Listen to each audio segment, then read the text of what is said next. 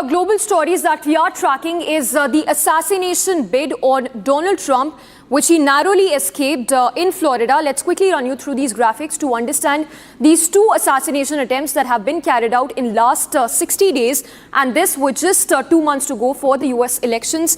The first assassination bid, note, was on 13th of July, in which it was in Pennsylvania when Donald Trump was addressing a rally. The second being, of course, on Sunday in Florida at that golf course where Donald Trump was present. So the first being on 13th of July, the second being yesterday on Sunday. In fact, the first assassination bid in which the shooter had used an AR-15 style rifle while Donald Trump was holding an election rally. In this particular assassination attempt, the shooter used an AK-47 rifle, this while he was hidden in the bushes, and Trump was just 400 to 500 yards away. The first assassination bid in which shooter fired from the rooftop, note that Trump had sustained a bullet injury on his left ear. In the second assassination bid, the shooter was hiding behind the bushes, and this while Secret Service personnel were there to look at the security situation in this particular area where Donald Trump was. Let's tell you more about Ryan Ruth, the shooter, the suspected shooter who's now been taken into custody by the Secret Service officials.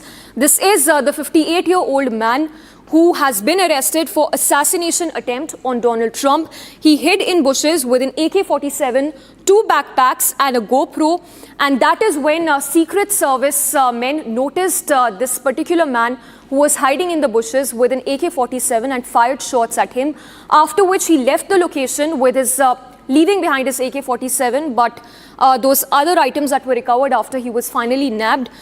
He's said to be a resident of North Carolina, resident with criminal record. So he has a criminal record, and he's said to be a resident of North Carolina, after which he shifted to Hawaii in 2008. Ryan Ruth, he wanted to recruit mercenaries to fight Ukraine in Ukraine.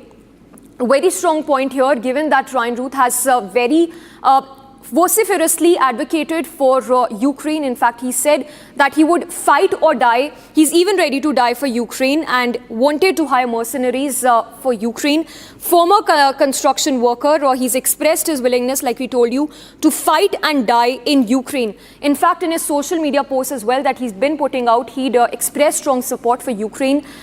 His social media post that's now been deleted.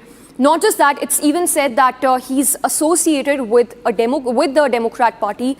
That is still a matter of investigation, but important to note here that the Secret Service and the FBI has a lot to answer, given that this is the second assassination attempt on Donald Trump in last 60 days. For now, we'll head into a very short break, but when we come back, we'll get you the reactions as well that we're tracking on this big story from the US.